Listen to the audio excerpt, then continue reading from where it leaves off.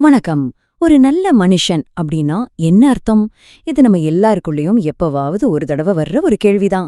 வாங்க, இன்னைக்கு சுவாமி சித்பவானந்தரோட சிந்தனைகள் வழியா அறம்னா என்ன, அதுக்கான உலக பொதுவான அளவுகோல் என்னன்னு தேடி ஒரு சின்ன பயணத்துக்கு போகலாம். சரி, எந்த ஒரு பயணமா இருந்தாலும் அதுக்கு ஒரு தொடக்கம் வேணும் இல்லையா? நம்மளோட இந்த அறத்திற்கான தேடல ஒரு பிரார்த்தனையோட ஆரம்பிக்கலாம். இது நமக்கான தனிப்பட்ட வழிய கண்டுபிடிக்கிறதுக்கான ஒரு மனப்பூர்வமான அழைப்பு. ஒவ்வொரு உயிருக்கும் தனக்கு எது சரியான சாப்பாடுன்னு தெரியும். அதே மாதிரி எனக்கு எது சரியான அறம் அப்படின்னு கேக்குறதுலே ஒரு பெரிய ஞானமே இருக்கு இல்லையா? சாப்பாடு எப்படி ஒவ்வொரு உடம்புக்கும் மாறுபடுமோ அதே மாதிரி அறமும் ஒவ்வொருத்தருக்கும் மாறுபடுமா? இந்த ஓமைய மனசுல வச்சுக்கோங்க, நம்ம தேடல தொடரலாம். ஆனா இங்கதான் ஒரு முக்கியமான கேள்வி வருது. அறம்னா அது எல்லாருக்கும் ஒரே மாதிரி இருக்கணுமா? அது ஒரு ரூல் புக் மாதிரியா? இல்ல ஒவ்வொருத்தருக்கும் அது மாறுபடுமா? முதல்ல அறம்னா என்னன்னு சிம்பிளா பாத்திரலாம். ஒரு நல்ல வாழ்க்கைக்கு எது ரொம்ப பொருத்தமான செயலா இருக்கோ அதுதாங்க அறம். இந்த அடிப்படையான புரிதலோட நாம அடுத்த கட்டத்துக்கு போவோம். மறுபடியும் அந்த சாப்பாட்டு ஓமைக்கே வருவோம் வாங்க. எப்படி ஒருத்தருக்கு செரிக்கிற சாப்பாடு இன்னொருத்தருக்கு ஒத்துக்காதோ அதே மாதிரிதான் அறமும். அது ஆளுக்காள் சூழ்நிலைக்கு சூழ்நிலை மாறும். இது எப்படின்னு சில உதாரணங்களோட பார்க்கலாம். அறம் எப்படி வயசுக்கு ஏத்த மாதிரி மாறுதுன்னு பார்க்க இது ஒரு சூப்பரான உதாரணம். ஒரு குழந்தை பொம்மைய வச்சு விளையாடுறது அதோட இயல்பு. அது அந்த வயசுக்கு சரி, அதுதான் அதோட அறம். ஆனா அதே விஷயத்த ஒரு வயசான பெரியவர் செஞ்சா அது சரியா இருக்குமா? நிச்சயமா இல்ல. அவருக்கு அந்த பந்த பாசத்தையெல்லாம் விடுறதுதான் அறமா இருக்கும்.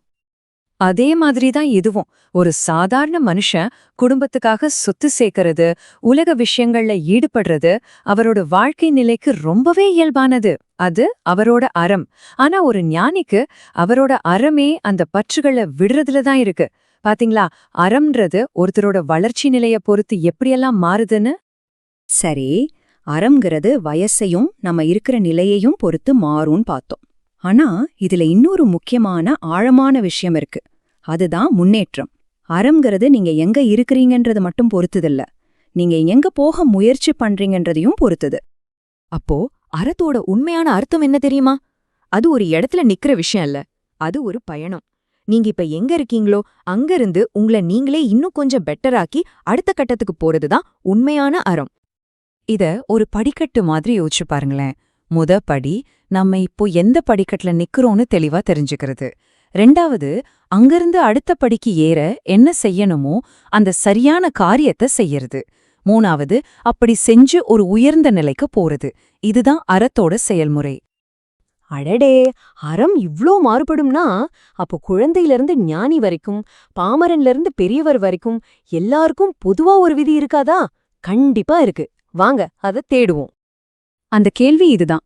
இத்தனை வேறுபாடுகள் இருந்தாலும் எல்லாருக்கும் எல்லா நிலைமையிலயும் பொருந்துற மாதிரி ஒரே ஒரு முக்கியமான விதி இருக்கா? இந்த கேள்விக்கான பதில் நம்ம திருக்குறள்ல ரொம்ப அழகா சொல்லப்பட்டிருக்கு. கேளுங்க. மனத்துக்கண் மாசில நாதல் அனைத்தரன் ஆகுல நீர பெற.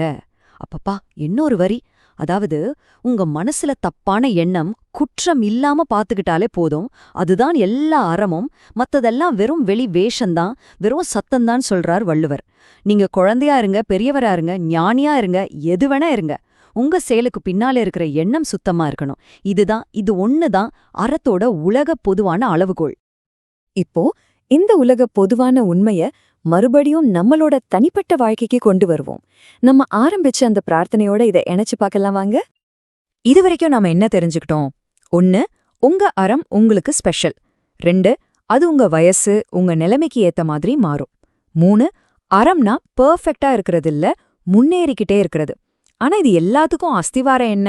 ஒரு தூய்மையான மனம். சரி, இப்போ நான் உங்ககிட்ட ஒரு கேள்வி கேட்கிறேன்.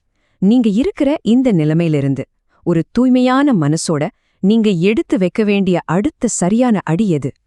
யோசிச்சு பாருங்க.